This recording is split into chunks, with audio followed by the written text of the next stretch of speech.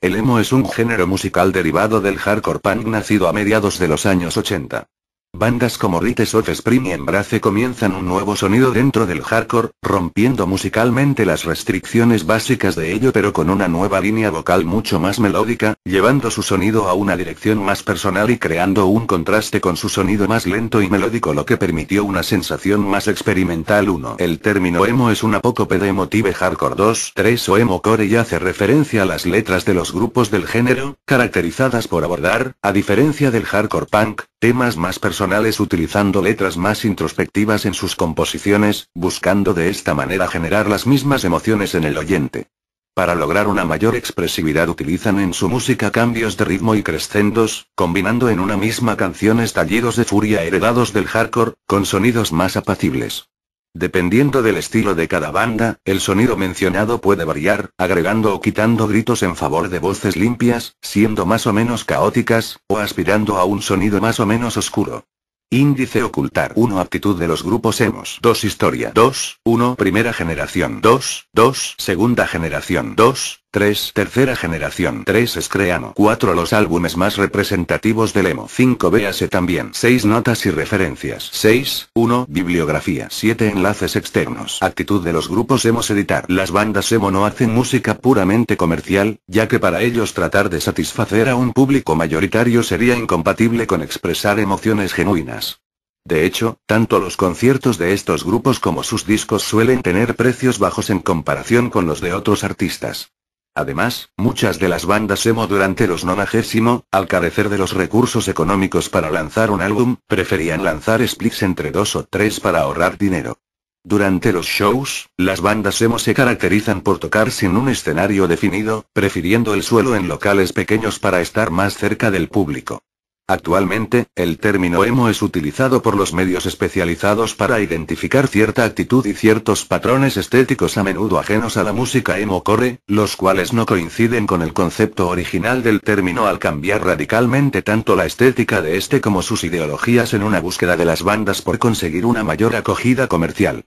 Esto último desencadenó el auge comercial de las bandas emo, lo que consiguió que la modificación de su dicha tribu urbana lograse tener un éxito importante entre el público adolescente, el cual se autodenomina emo cuando en realidad solo sigue la estética del emo actual. 1. Historia. Editar. A lo largo de su historia, el emo ha pasado por varias etapas. A finales de los 80 el término emo se utilizaba para calificar a las bandas de la escena musical underground de Washington después de Cristo, como Rites of Spring y Embrace, entre otras. A mediados de los años 90, el género adoptó los patrones sonoros creados por Sunny Day y Real Estate. Hoy en día, el término es erróneamente utilizado para etiquetar bandas de diversos estilos como el pop punk, el post-hardcore e incluso el metalcore.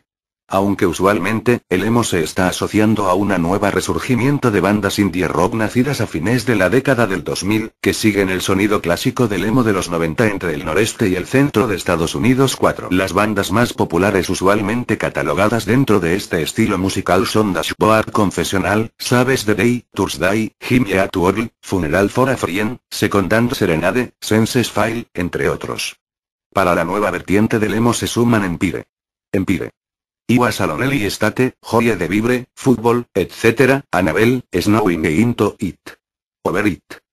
Entre otros 5. 4. Como consecuencia del cambio sustancial y la poca relación entre el sonido de las bandas de la escena emo-core de los 80 e inicios de los 90 con el de las bandas actualmente etiquetadas dentro del género, se han generado dos vertientes en el uso del término emo. Mientras unos afirman que el género desapareció a fines de los 90, junto con el álbum Clarity de Hymn at World, otros aceptan su uso para catalogar el estilo de diversas bandas de la escena popular.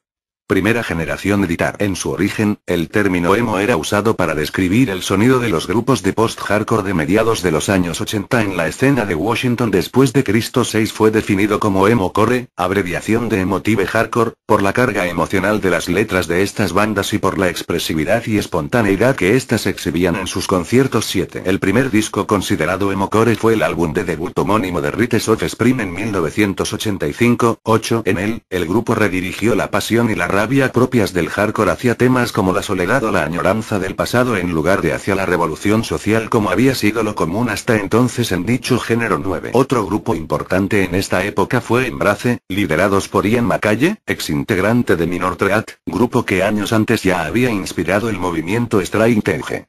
Cita requerida. McCalle y dos miembros de Rites of Spring, el vocalista y guitarrista Guy Picciotto y el baterista Brendan Canty formarían la altamente influyente Fugazi quienes, pese a estar rara vez relacionados o conectados con el término emo, no son comúnmente reconocidos como una banda de emo.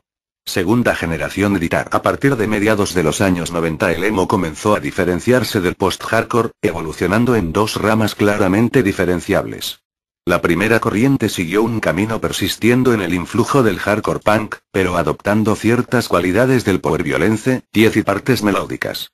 Grupos como Indian Summer y Portraits of Past comenzarían a hacer música de esta manera, la que sería un preludio a lo que en la segunda mitad de la década de los 90 sería conocido como screamo. Más tarde, una banda proveniente de Mens, Francia, llamada Anomie iniciaría la escena screamo en Europa a mediados de los años 90. Cita requerida. A diferencia de la corriente anteriormente mencionada, la segunda se diferencia de la primera debido a su sonido más tranquilo que su predecesor, guitarras disonantes y armónicas, las velocidades de ritmo, de lento a rápido y viceversa, las melodías apacibles que a veces estallaban de una forma eufórica y la cantidad de bandas que seguían la filosofía del DJ, Jawbreaker, Zombie y Real Estate, Cap'n Jazz, Bright, Demo y Elife. También otros grupos como Jawbreaker fueron poniendo los cimientos del emo, pero quienes determinaron el sonido definitivo del género fueron Zombie y Real Estate con sus dos primeros discos Diary y Zombie y Real Estate. El sonido de la banda de Seattle partía del post-hardcore para incorporar influencias del grunge y el indie rock, y se completaba con la apasionada y visceral forma de cantar de su líder, Jeremy Nick.